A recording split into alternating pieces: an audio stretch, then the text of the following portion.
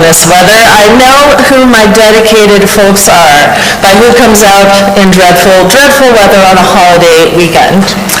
I am Reverend Katie McQuate-Loukas, and my pronouns are she and hers. So why do we do what we do here on Sunday mornings, and what exactly is it that we think we're doing? We are wanderers, we are seekers, some of us may be heretics. And so we're going to talk a little bit about that today, the why and the how. And so instead of a long sermon towards the end, there's going to be little bits where I hit pause on the service and talk a little bit about what we've just done or what we are about to do to kind of get a big picture perspective. My hope is that this opens up the Sunday morning experience for you, perhaps in new ways, or helps you to find new words for what you have already been experiencing. The pauses might feel a little odd. I feel a little bit like when you're watching a movie on cable and the commercials are popping in at awkward moments, so I tried really hard to not do that, but we'll see how it goes. But maybe next time you come to worship, you'll have a deeper experience and notice things you hadn't noticed before, and that it will be a richer experience for you going forward. So first, a point of logistics. The children are not actually leaving, even though we're going to sing to them.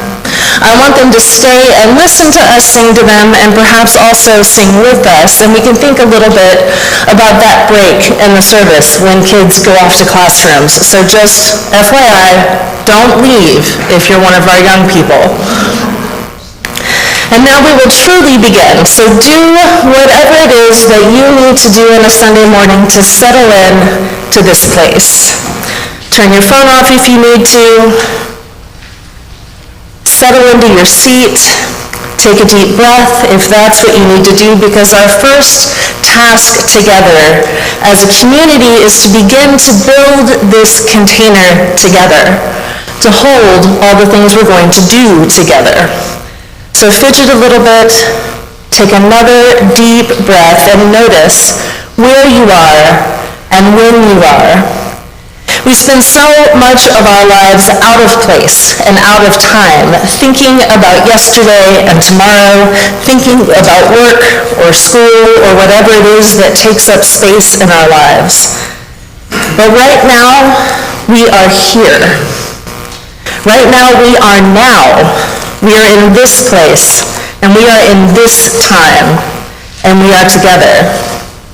And because we are not a closed community, but an open one, I affirm every Sunday morning that there is room for everyone in this place.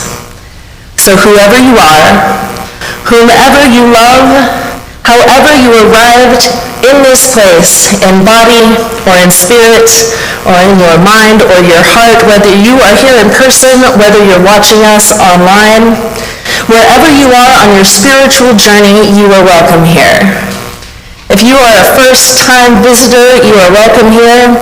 If you are a long-time member who's been here 500 times, you are welcome here. You are all welcome here, and we are glad that you are here, and we are glad to be here together.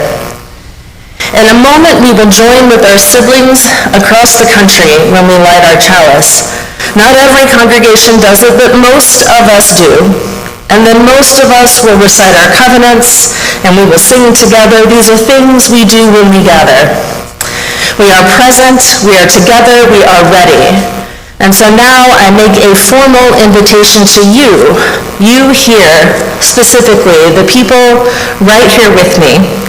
And I do it usually with a reading or a poem or an invocation.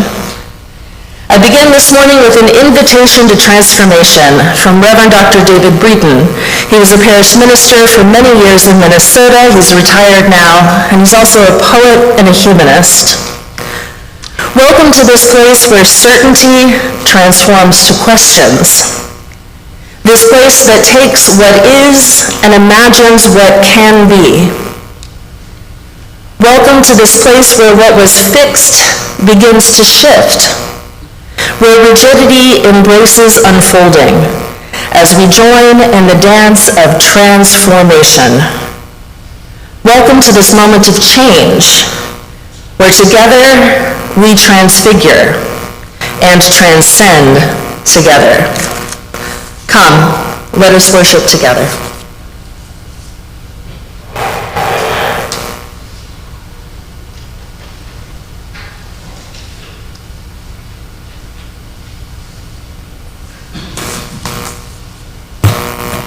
Good morning.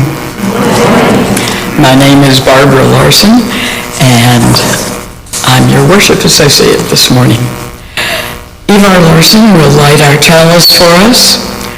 On this Sunday, before Labor Day, we light this flame to honor all work.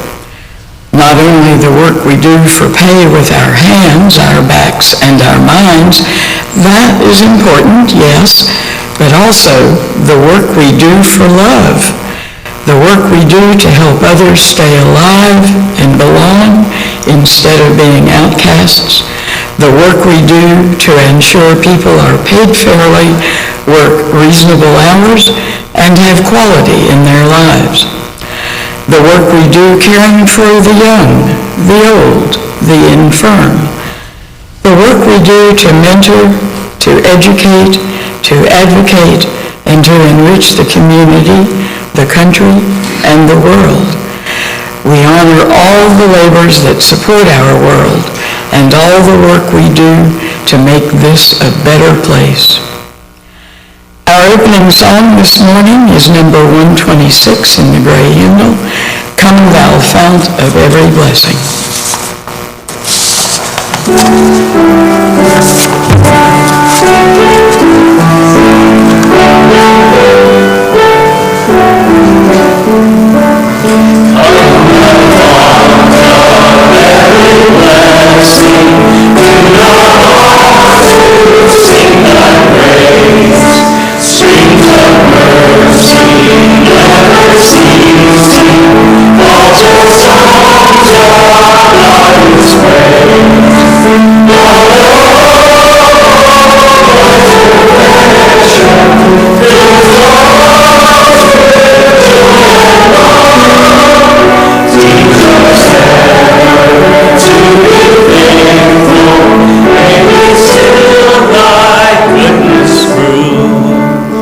Come thou fount of every vision, lift our eyes to what may come. See the lion and the lamb dwell together in thy home. Hear the cries of silence, feel the like the sun. When we all serve one another, then our heaven is begun. Come thou fount of inspiration, turn our lives to higher ways. Lift our gloom and desperation, show the promise of this day. Help us find ourselves in union. Help our hands tell of our love. With thy reign of fount of justice, earth be fair as heaven above.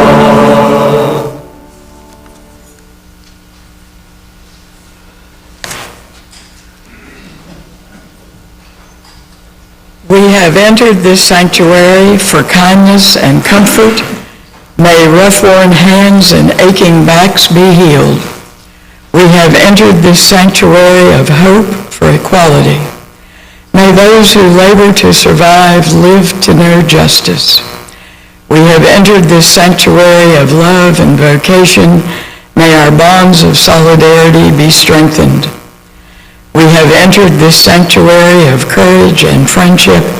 May we proceed hand in hand toward freedom. Let us recite our covenant together. Love is the doctrine of this church. The quest of truth is its sacrament, and service is its prayer. To dwell together in peace, to acknowledge in freedom, to serve humanity in fellowship. Thus do we covenant with one another.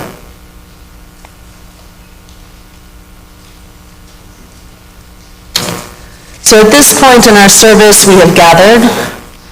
We have created our sacred space together through word and symbol. We have affirmed our covenant with one another, and we've sung together. To sing together is to breathe together. To breathe is one, to conspire, if you will. And in these moments, we are acting as individuals, but we're also acting as one unified body. Even those of us who are perhaps not the greatest of singers, those of us who are up here singing very softly, lest the microphone pick us up, I'm actually really glad I gave myself a little more room. I can sing a little more loudly and not be quite as worried about it. But we're all sharing in this experience and in this moment. And we're not merely receiving what's happening in the room, we are contributing to it. We are participating with our bodies, with our lungs, with our mouths, as we make sound together. And then we feel that shared sound in our bodies. Vibrations reaching our ears, perhaps even in our bones if it's really rousing today. And so that first hymn is often a celebration of gathering or a moment to honor transcendence and mystery. It comes between the chalice and the covenant, so in some ways that first hymn is still helping us build the container. But some of us, as I said, are a little self-conscious singing, and not all of us find music to be a profound entry into a spiritual practice. We are a people of words. We like words, we Unitarian Universalists. And so each week I try to choose a selection from our hymnal. And many of the pieces in this hymnal were written by other ministers, our historical forebears, or are drawn from a variety of sacred texts. By including them in our worship service, I'm trying to add one facet to the theme of whatever the approach is on a given morning. But again, we are speaking together and breathing together. We're saying the words, we're inhabiting them, not merely passively receiving them. And in doing so, we take a step into the stream of Unitarian Universalism, and we get to do it together. And so our reading this morning is number 441, To Worship. Number 441, and it's by Unitarian minister Jacob Trapp, and he served congregations in Denver and in New Jersey and Salt Lake City. So reading number 441 is a responsive reading. Please join in with me on the italicized text. To worship is to stand in awe under a heaven of stars, before a flower, a leaf in sunlight, or a grain of sand. To worship is to be silent, receptive, before a tree astir with the wind, or the passing shadow of a cloud. To worship is to work with dedication and with skill. It is to pause from work and listen to a strain of music. To worship is to sing with the singing beauty of the earth. It is to listen through a storm to the still, small voice within. Worship is a loneliness seeking communion.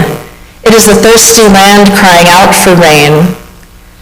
Worship is kindred fire within our hearts. It moves through deeds of kindness and through acts of love. Worship is the mystery within us, reaching out to the mystery beyond. It is an inarticulate silence yearning to speak.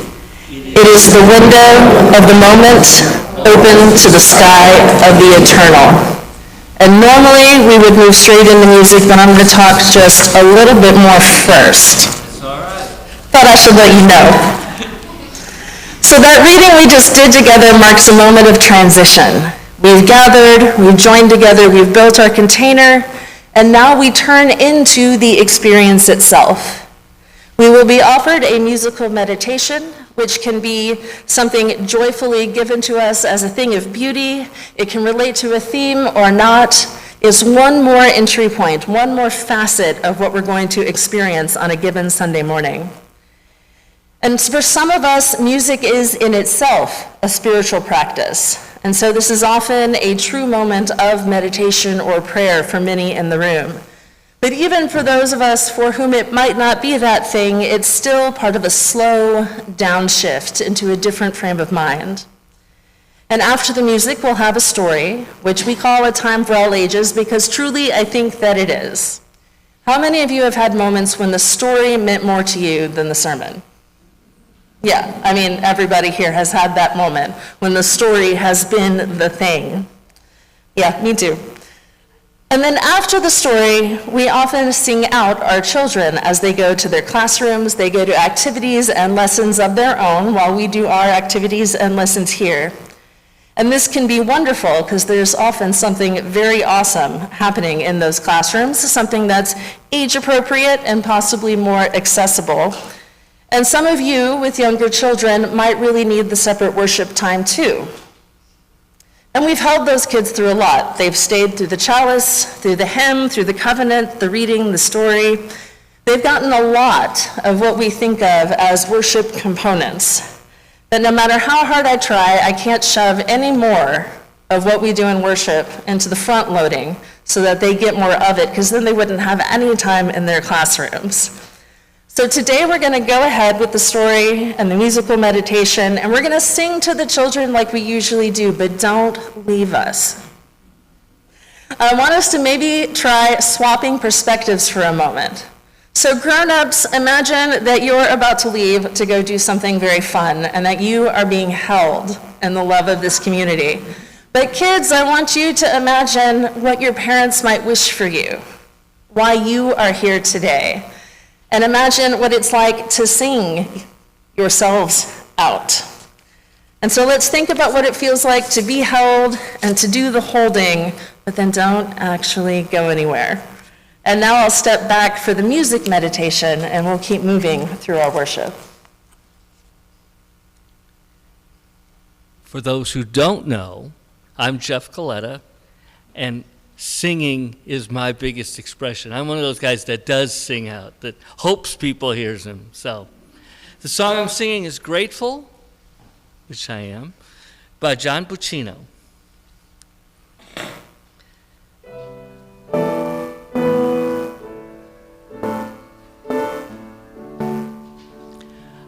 I've got a roof over my head. I've got a warm place to sleep. Some nights I lie awake counting gifts instead of counting sheep. I've got a heart that can hold love. I've got a mind that can think. There may be times when I lose the light and let my spirit sink, but I can't stay depressed when I remember how I'm blessed. Grateful, grateful, truly grateful I am.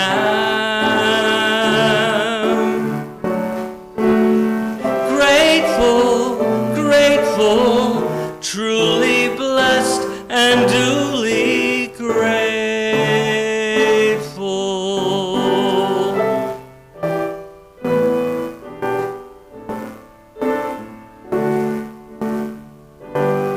In a city of strangers, I've got a family of friends.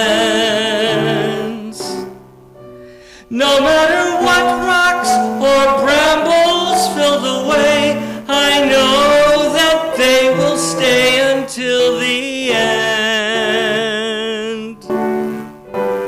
I feel a hand holding my hand. It's not a hand you can see, but on the road to the promised land, this hand will shepherd me through delight and despair.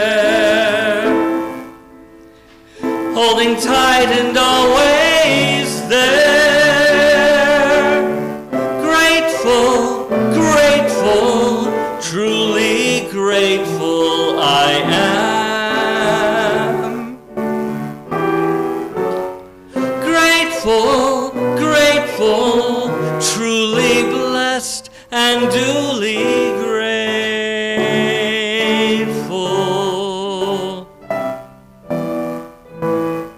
It's not that I don't want a lot, or hope for more, or dream of more, but giving thanks for what I've got makes me so much happier than keeping score. In a world that can bring pain, I will still take each chance, for I believe that whatever the terrain, our feet can learn to dance, no whatever stone life may sling. We can moan or we can sing. Grateful, grateful, truly grateful I am.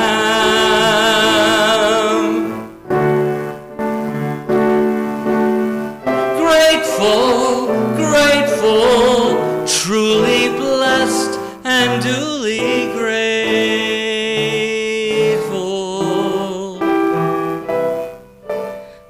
Truly blessed and duly grateful.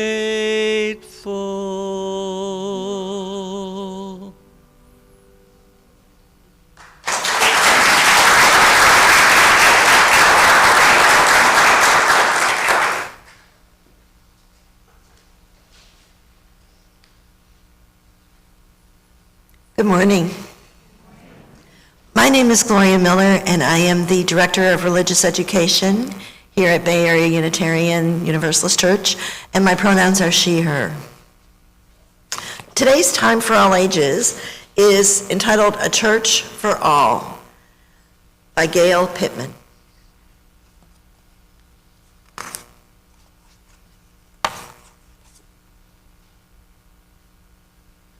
Before I tell the story, I just want to give you a little background. This book was inspired by the Glide Memorial Church in San Francisco and other inclusive churches. This book celebrates a spiritual community that embraces all people, no matter their age, race, class, gender identity, or sexual orientation, in love and faith. Sunday waking. Day is breaking. Let's go to our church for all. Church bells ringing, joyful noises, choir singing, laughing voices, candles glowing, banners flowing. Come.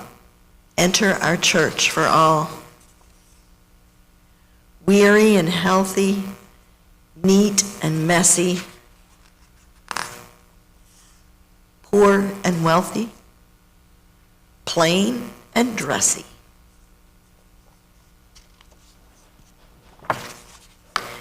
All embracing, spirit gracing, each one at our church for all. Bodies wiggling, mommies reading, children giggling, daddies pleading, toddlers flailing, babies wailing. There's room at our church for all. Hands receiving, hands connecting, hearts believing, hearts accepting.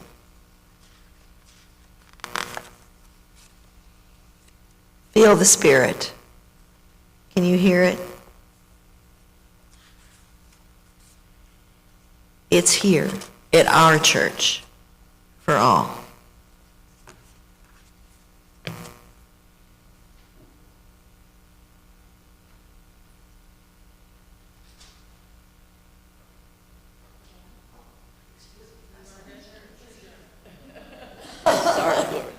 I forgot.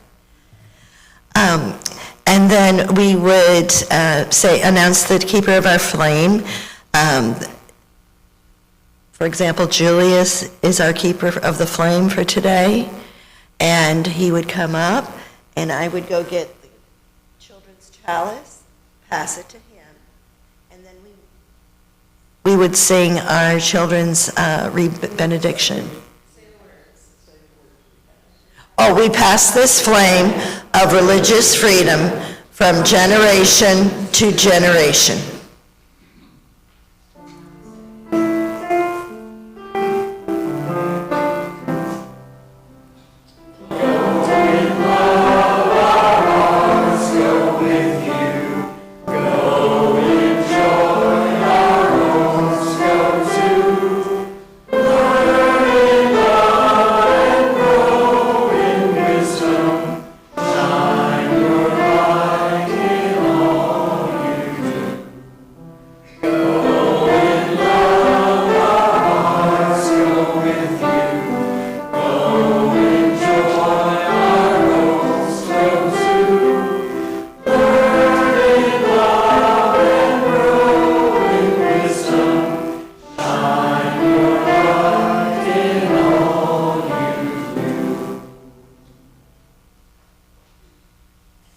While it is right and good that we educate our younger folks, sometimes I think they and their teachers really miss out on this next part. And we try to do it a lot of the time. We try to do it anytime the kids are in here, but they miss it week to week. And our candles serve a couple of different roles in our order of service. Our worship structure is pretty much the inherited Protestant structure, not entirely, but mostly the pattern remains. And in most religious services, there is some form of cleansing, something that prepares human beings to be in the presence of the holy. Muslims ritually wash. Shinto practitioners too. Jews and Christians have different kinds of prayers of confession or repentance. And some of those practices are trying to get rid of something bad to make room for the good, but many of them are simply trying to wash off the everyday dirt, spiritual and physical. It's not bad in itself to be dirty, but this is a fancy occasion. And so in some ways, that's the question our candles are asking us. What do we need to set aside to be here? Not because what we're carrying is a bad thing or a wrong thing, but because it might be in the way of being fully present. But the reason we don't do this first thing is because the candles are also serving a secondary purpose. Once we are done, and when there are dozens of candles at the front burning, we are reminded that we are present in a gathered community. We remember that we're not simply individuals with our own personal joys and celebrations and concerns and sorrows, but that we're part of this gathering and that we're sharing in the celebrations and sorrows of others. We're also reminded of our place in a larger world and those shared concerns too.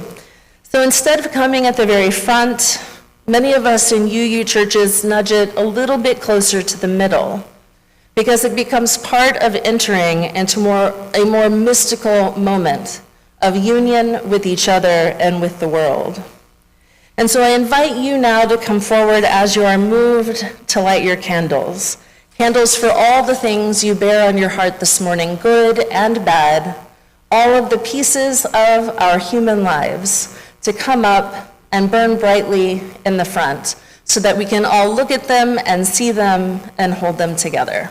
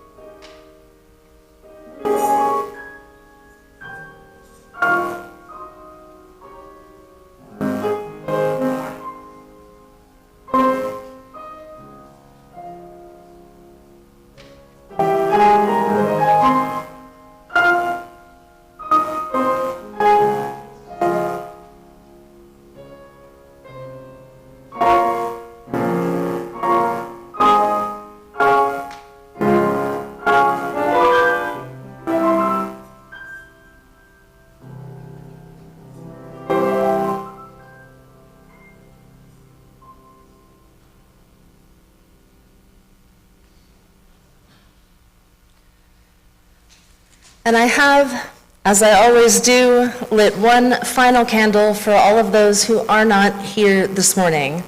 For all of you watching online, to know that we do think of you and that you are present with us, and for everyone who's traveling or away or simply could not be here. Prayer and meditation are not quite interchangeable things. Prayer tends to be directed outward in some way, and meditation tends to be somewhat more inward directed. But in many ways, they end up serving the same functions. Many Unitarian Universalists who do pray are not necessarily doing so with a belief in a divine wish granter as such. And it's helpful for us to remember that many other traditions don't either, whether it's a belief in predestination or simply the incomprehensible nature of the divine mystery. Many traditions view prayer not as asking for a thing, but as reorienting and changing the self. Being in conversation with other people reminds us how we are in relationship with them. Hello, nice to see you, how are you? And so to reach out to the holy in conversation can serve that same function, to remind us of our relationship. Hello, nice to see you, how are you? And so today I invite you to join in with me and however feels comfortable for you in a version of prayer. And some weeks it's a prayer, some weeks it's a meditation. But every week it is an invitation to reshape ourselves and to reorient ourselves in a world that is often disorienting. Take a breath with me and center ourselves together. Infinite mystery, moving in our breath and out on our breath, moving in the rhythm of our heartbeats, in the wind, between the stars. Open our hearts and our minds so that we might respond honestly to the world around us, without any of the walls and the veils that so often obscure the world from us and us from the world. Spirit of life, break down the divides between us, not so that we might lose ourselves, but so that we might recognize ourselves when we brush up against one another and up against you, Holy Mystery. Amen. May it be so. And now, because again, for some people, music is the way, we also pray or meditate in song. We stay seated for this one to better lean into that stillness, and it is number 352 in the Gray Hymnal, Find a Stillness.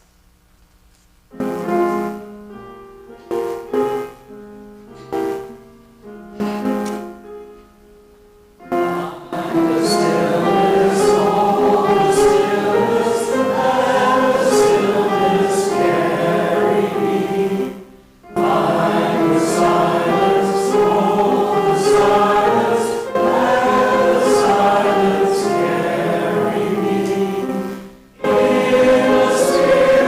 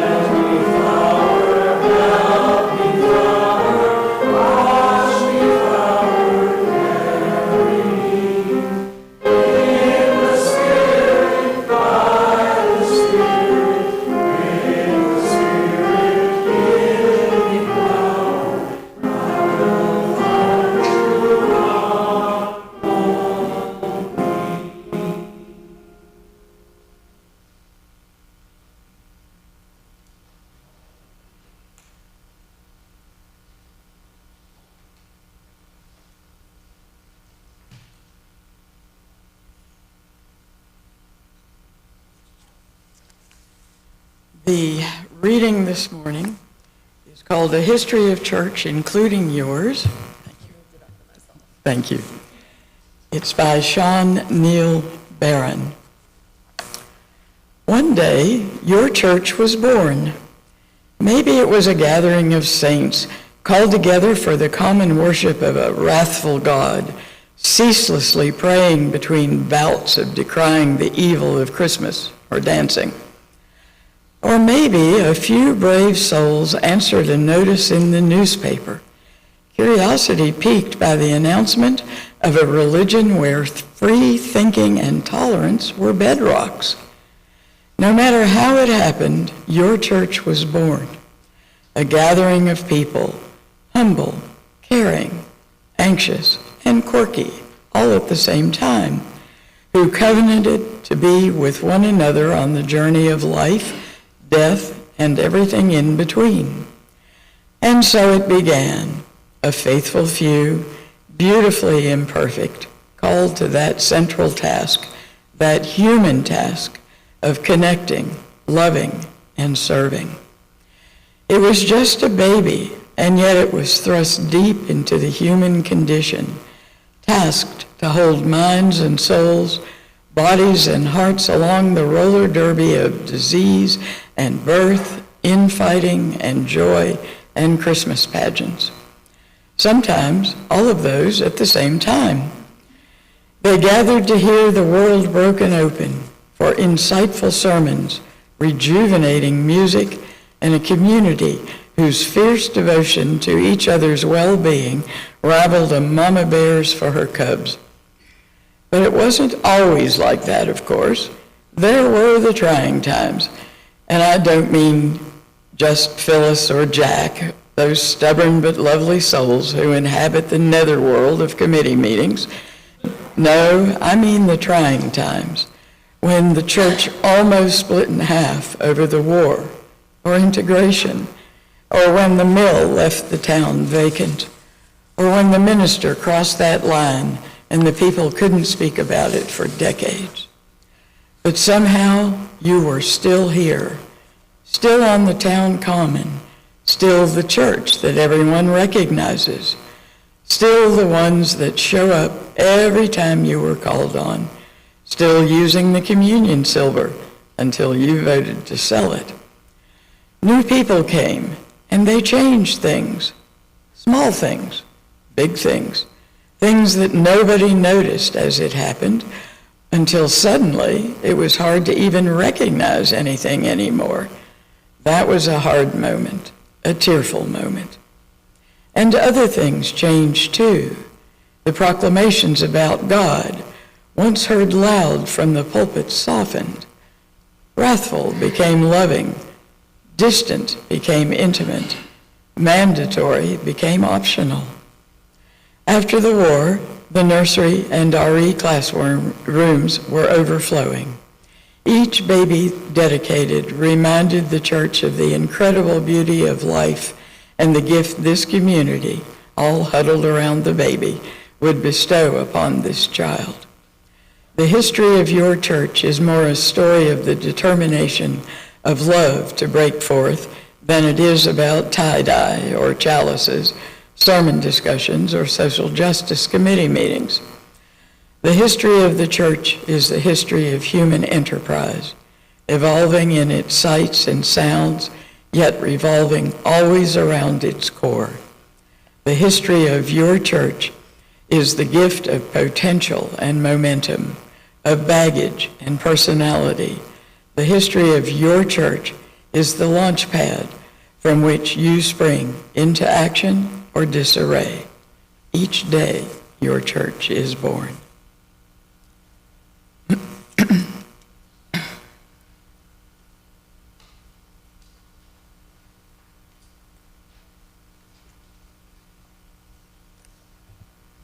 Thank you for that. That was a reading a couple of years ago at General Assembly, and it has stayed with me.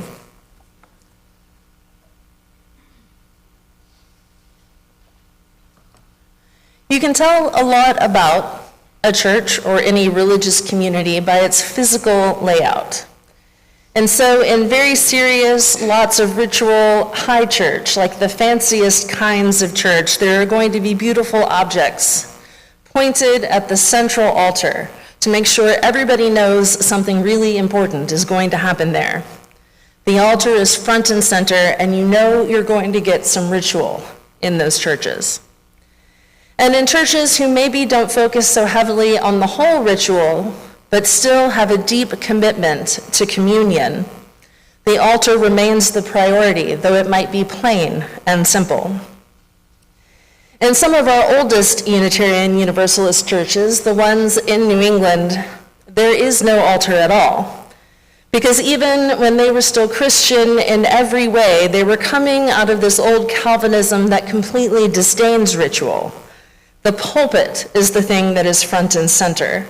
Sometimes they have little tiny altars that tuck into the wall that you pull out once a quarter for communion. The most important thing in those churches is word, the word, scripture, but also words about the word, the sermon. The most important thing for the people attending was to experience scripture and then think about it together, to hear explanations so that everybody has a chance to wrestle with it. And you will note that I have moved our chalice and our candles to be front and center. And this is not because I think that the chalice is in itself particularly sacred, but it's because I think it's important that we are connected to the history of this community and to communities across the country, all the congregations. It's that connection that is sacred. It is our connections and our relationships that are holy. And I think it's important that if the chalice is down here, anybody in the room can light it. It's not a perfect arrangement, but I think it brings us a little bit closer to the kind of connections we're looking for. And the candles that surround it, those are us, all of us, even the people who didn't light candles, we're all up here represented in these flames. All of the things we bring with us week after week, you and me and everyone. And in some ways it feels a little bit strange to have me off to the side like this. But in a service style that focuses a little bit more on ritual and a little bit less on, look at me, I'm the minister and I'm talking about scripture, it makes sense to decenter me a little bit. What I have to say is an addendum, it's an extra. And sometimes it comes before the big moment to prepare people for it, like a homily before our water communion next week. And sometimes it comes after the big thing, after the experience, so that we experience something first and then unpack it a little bit together. Sometimes Dharma talks are like that, and that is something that feels good and right to me, that we experience first and then talk about it after. And my job as a minister is to come up here and say something true. Something that you, the gathered community, can recognize and affirm as meaningful and important. Sometimes I'm sure it's more meaningful than other times, but that's really my whole job, is to stand up here and speak truth. And it's the rest of it that you do together. Hopefully by the time we get to this moment, we've already done things and felt things and understood things about ourselves, about each other, about the universe. You have already brought into this space your own personal spiritual practices, whether that be meditation or music or hiking or service and justice. And so I come on for a little bit towards the end of the service to try to pull some things together for us, to try to work our way a little bit closer to beauty or justice or goodness. And I've talked quite a bit so far, and this isn't a full sermon by any means, but maybe we'll do another one down the road where I talk a little bit more about worship as a whole. But the goal for today was to de-emphasize the sermon and lift up all of the other bits and pieces. The word liturgy comes to us through French and Latin, but is originally Greek. Liturgia, public work, the work of and for the people in a civic kind of sense. And this is from Greek worship style, where professionals would go make offerings on behalf of the city, the polis. By definition, this is public and communal work. It was part of civic life on behalf of the entire people. But in this post-Christian and certainly post-Reformation world of the priesthood of all believers, in which all of us are priests with our own direct connection to whatever we see as sacred and holy, liturgy becomes something else. There's no intermediary. Everything done by each of us is directed to the holy. And since we're not precisely united as one when we speak of the mystery or of the divine, if we do so at all, I think we are perhaps engaged in slightly different work.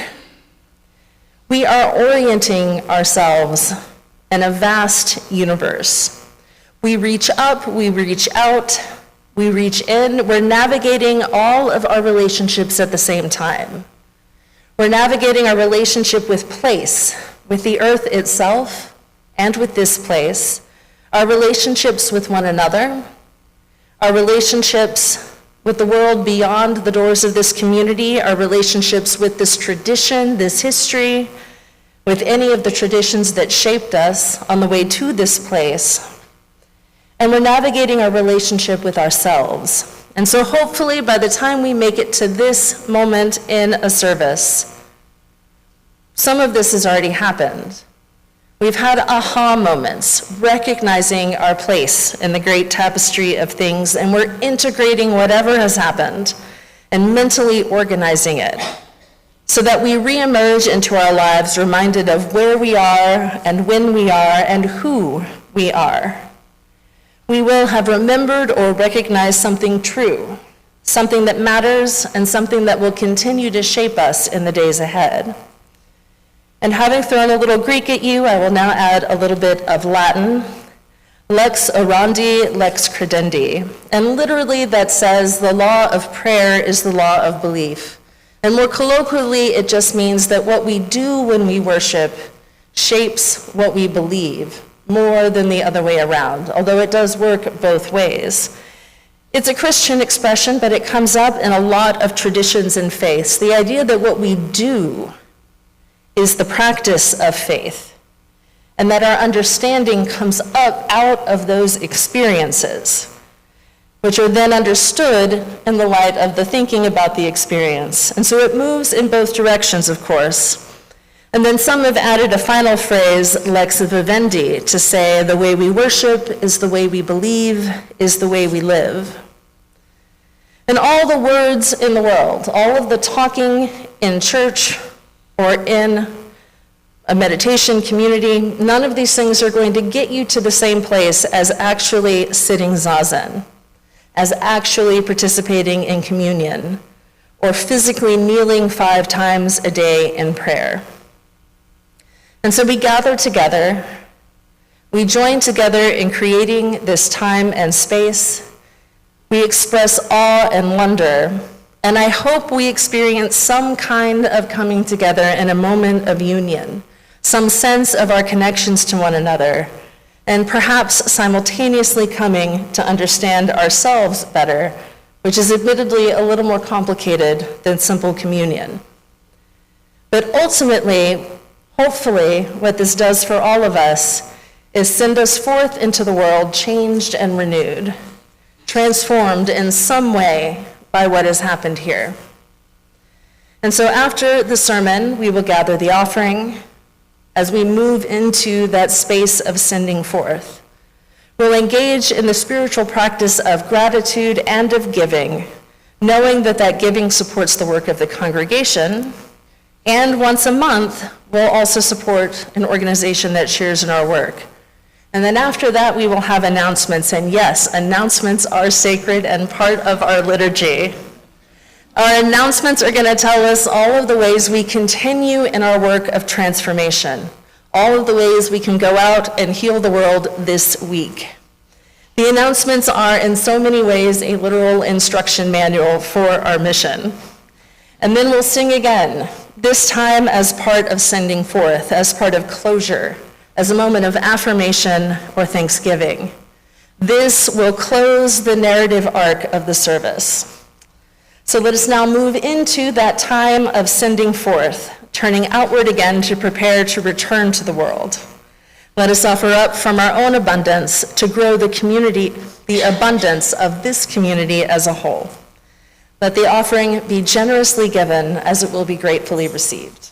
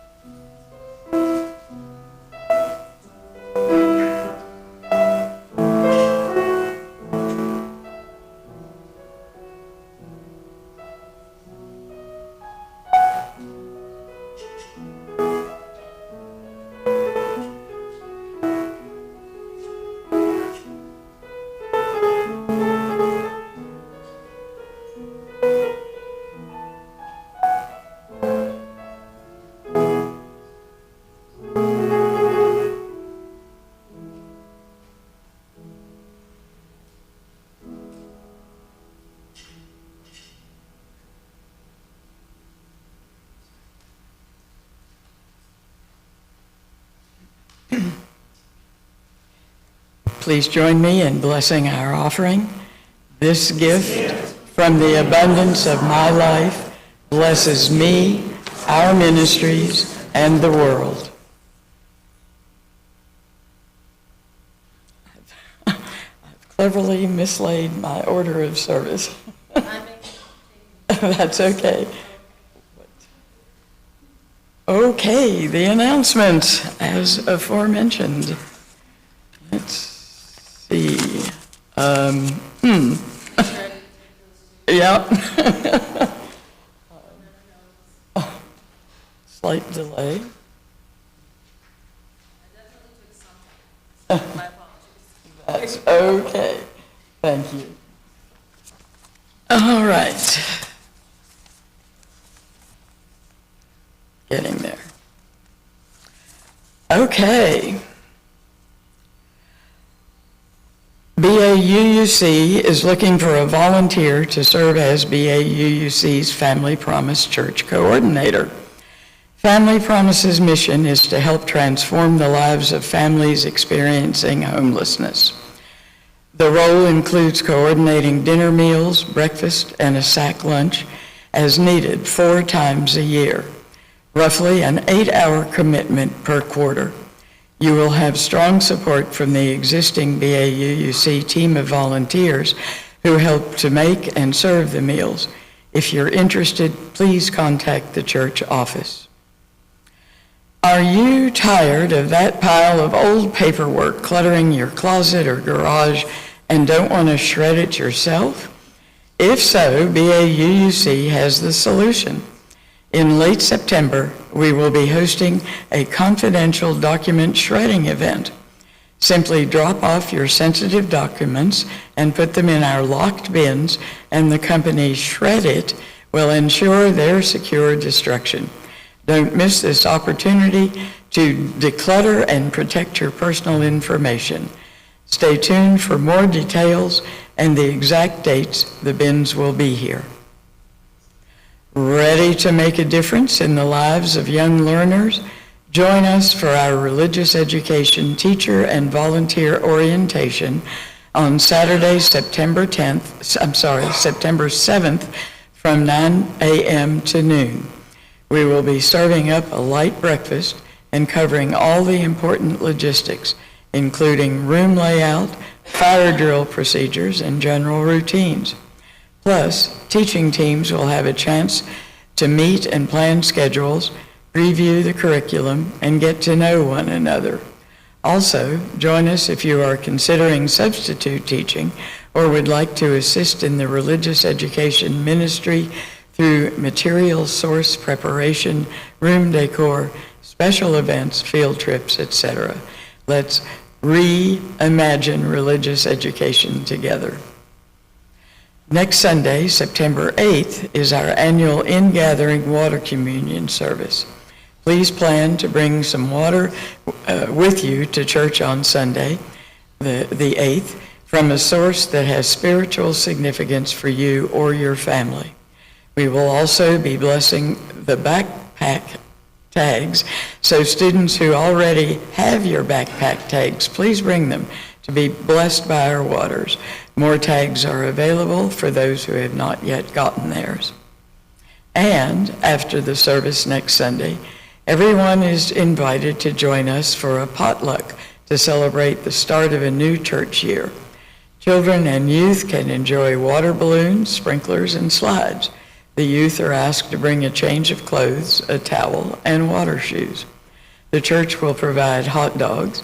Christy Gates will make her delicious macaroni and cheese, and Texas Roadhouse will be providing the rolls, and hopefully they're good butter. Bring a dish to share. Tables and chairs will be set up in Cockrell Hall if you don't want to sit outside.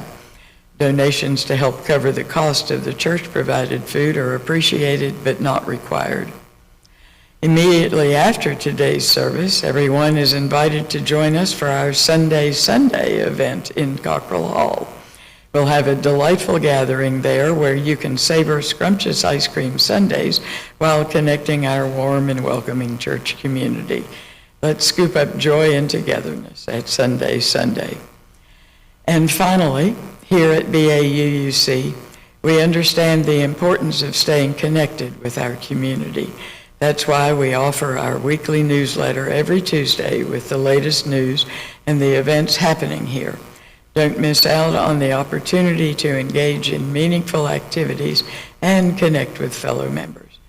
Sign up for our email list today using the QR code on the screen or by going to BAUUC.org and join our community of spiritual growth, fellowship, and fun.